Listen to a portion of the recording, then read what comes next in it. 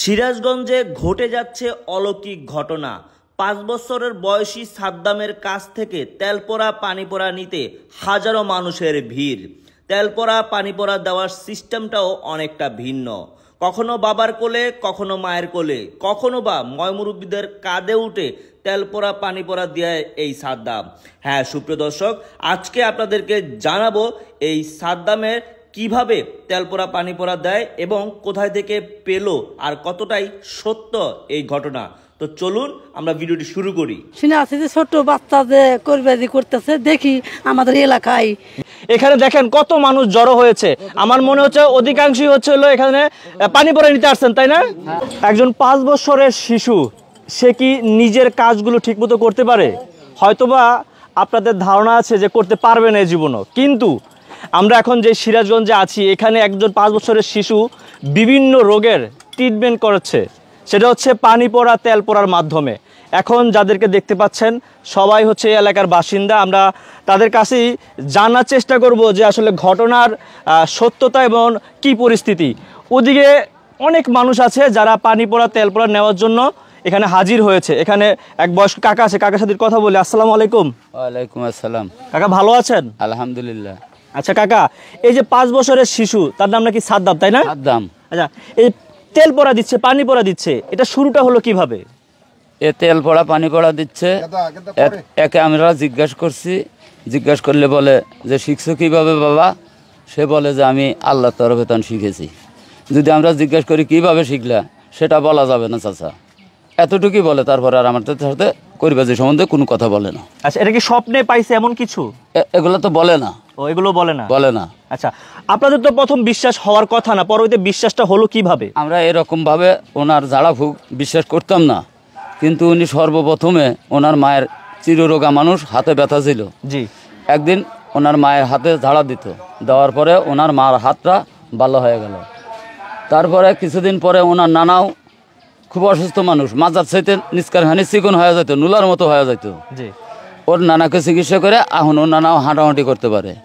বাচ্চা খেলাইতে যাইতে যদি ওনার ওই বাচ্চার সাথে অন্য বাচ্চা ব্যথা পায়, উনি একটা জাড়া ফুঁদায়, দেওয়ার পরে বাচ্চা সেরে যায়।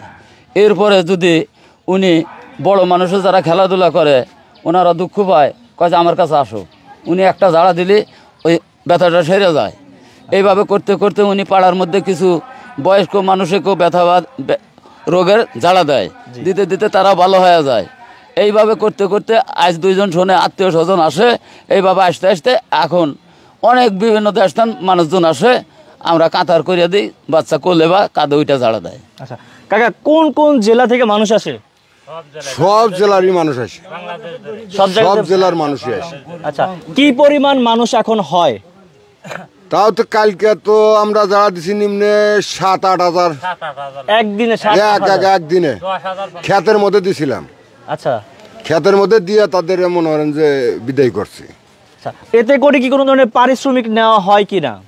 ওরে হাতে শুরু যদি দেয় ওটা নেওয়া হয়, না হইলে নেওয়া হয় না। মানে ওটা বাচ্চা হাতেই নেয় না, ওটা বাচ্চা হাতে নেয় না। বাচ্চা এক পর্যায়ে আগে নেয় নাই, কিন্তু বাচ্চার মা বাবা খুব গরিব।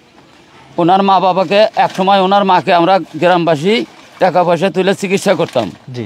এরকম গরিব উনি ঢাকা শহরে রিক্সা চালায়। এবার ঈদের আগে বাড়িতে আসার পরে বাচ্চা এরকম দেখে উনি আর কোনো জায়গায় যায় না। এই জন্য ওনাদের খাওয়ার জন্য কিছু পয়সা যদি মানুষ এমনি দিয়ে যায়, যারার সময় কোনো পয়সা ওই বাচ্চা নেয় না, হাতে নেয় না, বাচ্চা আয়োজন এসব করে, আমার পরিবারের কোনো টাকা নাই।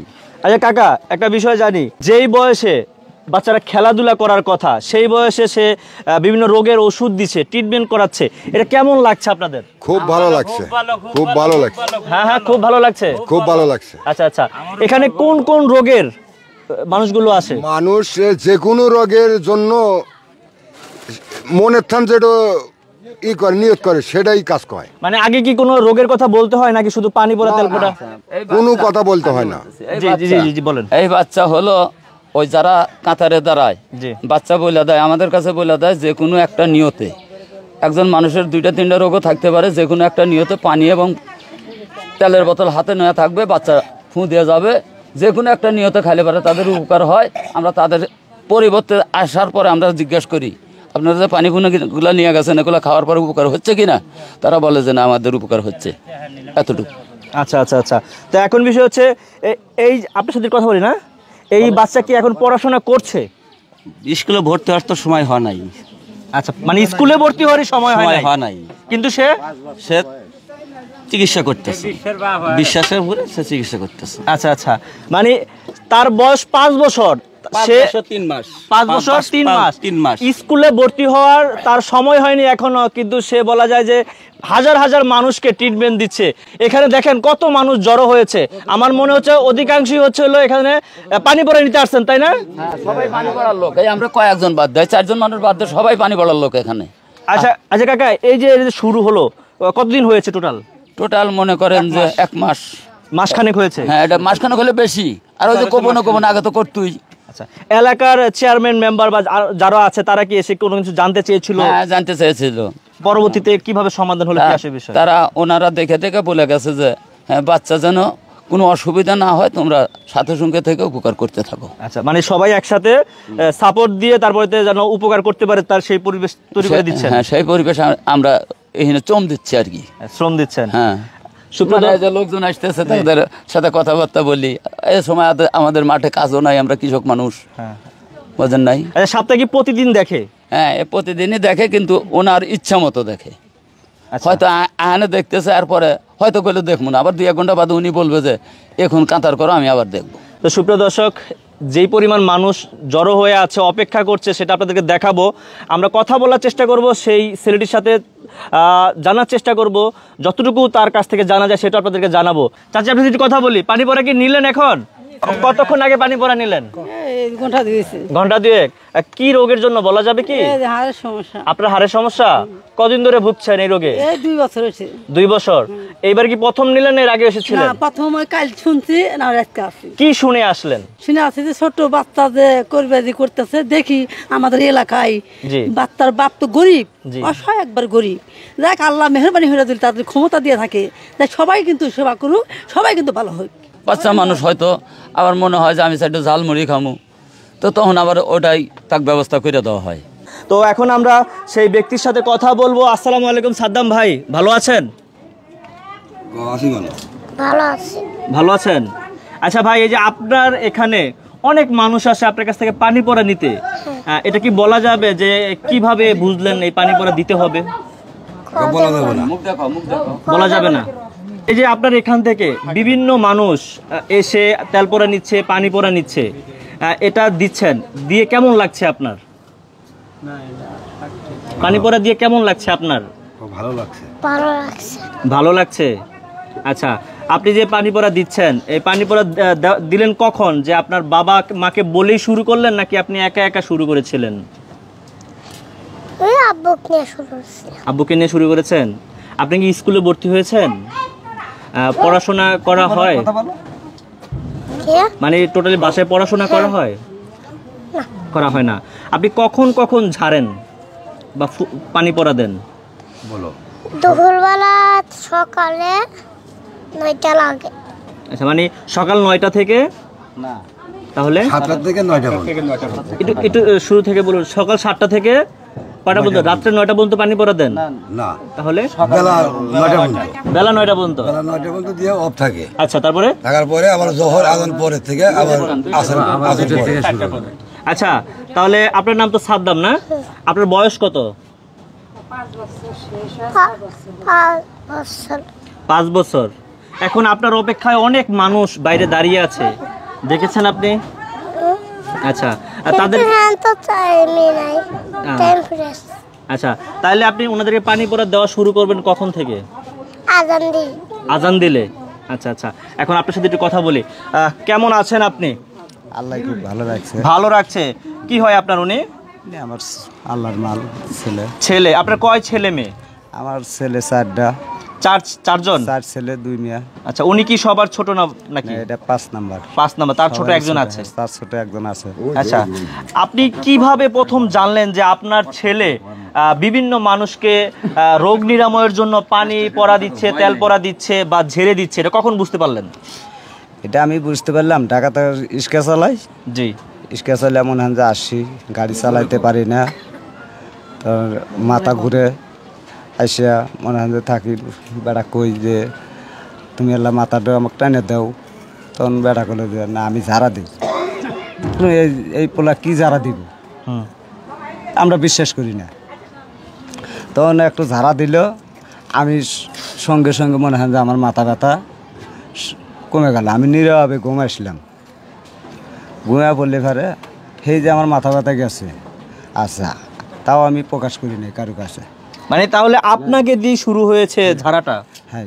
আচ্ছা জি, তারপরে মনে হয় যে তার মায়েকে দিছে, তার নানাক দিছে, দেওয়ার পরে তাও আমরা যে ওই করা প্রকাশ করা তা আমরা করি নি কে।